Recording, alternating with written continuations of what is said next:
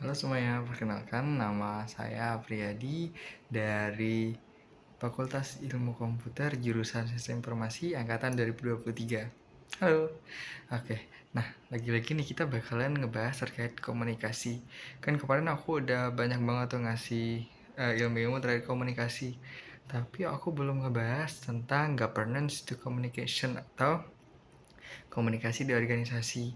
Jadi, di komunikasi organisasi ini ada semacam structure gitu dan juga ada hal-hal yang menjadi aspek gitu.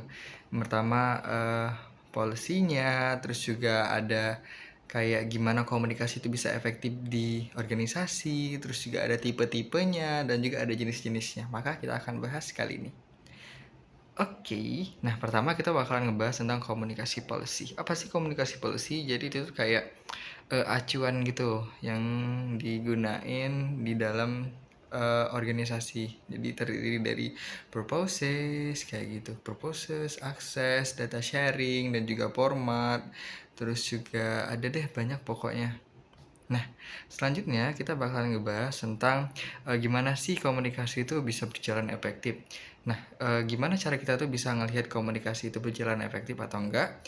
Itu ada apa ya kayak bisa kita bilang itu ada modenya yaitu mode 7 Cs atau 7C. Nah, yang pertama itu ada clear. Jadi komunikasi itu harus clear. Jadi kalian tuh nggak bisa kayak apa ya, kata-katanya itu ada kata-kata ambigu kayak gitu. Jadi harus benar-benar clear kalau mau ngomong A, ya udah cara menyampaikannya dengan mengatakan A kayak gitu. Terus ada konkret. Jadi itu harus berdasarkan fakta ya, teman-teman. Jadi kalian eh selain harus jelas, itu juga harus fakta. Jangan sampai kalian tuh menambah-nambahkan kalau lagi berkomunikasi.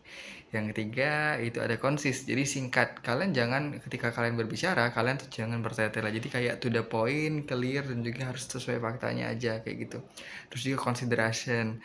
Nah, ketika kalian mau ngomong sama orang, tentunya kalian tuh pikirin dulu apakah apa impact dari obrolan yang akan kalian lakukan, apa impact dari hal-hal yang bakalan kalian katakan kayak gitu. Nah, teman-teman, selanjutnya itu adalah courtesy. Courtesy itu artinya sopan. Jadi, ketika kalian mau ngobrol atau bercakap sama orang, tentunya kata-kata yang harus kalian keluarkan tuh ya sopan ya, jangan sampai ada head comment kayak gitu.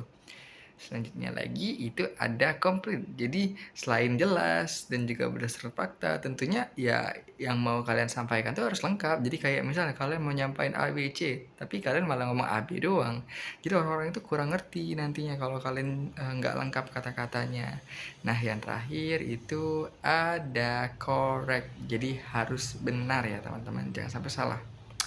Oke, nah setelah kalian ngedengar tentang gimana cara kita apa ya kayak kita melihat komunikasi itu udah efektif atau belum. Nah, selanjutnya aku bakalan ngebahas tentang tipe-tipe dari komunikasi. Nah, tipe-tipenya itu ada yang pertama verbal dan non verbal. Seperti yang kalian tahu, kayak aku lagi ngomong sekarang itu adalah komunikasi verbal.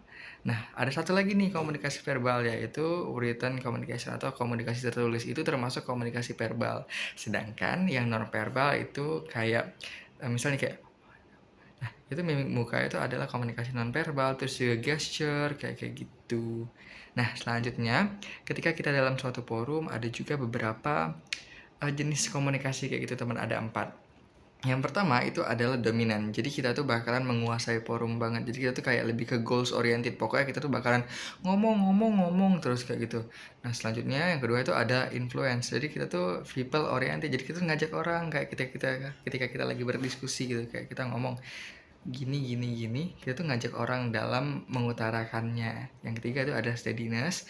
Jadi ini nih bukan tipe forum, jadi itu tuh tipe jenis komunikasi yang dilakukan secara face to face kayak gitu teman-teman, jadi nggak yang di tipe forum untuk mengetahui kayak misal nih ada rekan kalian yang dapat masalah atau apa dan juga dia malu untuk ngomong di forum, dan kalian bisa gunain tipe ini atau jenis ini untuk nge-approach dia. Yang terakhir itu ada compliance. Nah, compliance ini tuh lebih ke tipe komunikasi yang kayak detektif. Kalian tahu kan kayak misalnya kayak di interogasi terus gitu, jadi kalian tuh kayak harus menjawab ya tidak kayak gitu. Oke, jadi itulah yang ingin aku bagikan ke kalian semua tentang komunikasi in governance. So, sampai jumpa lagi.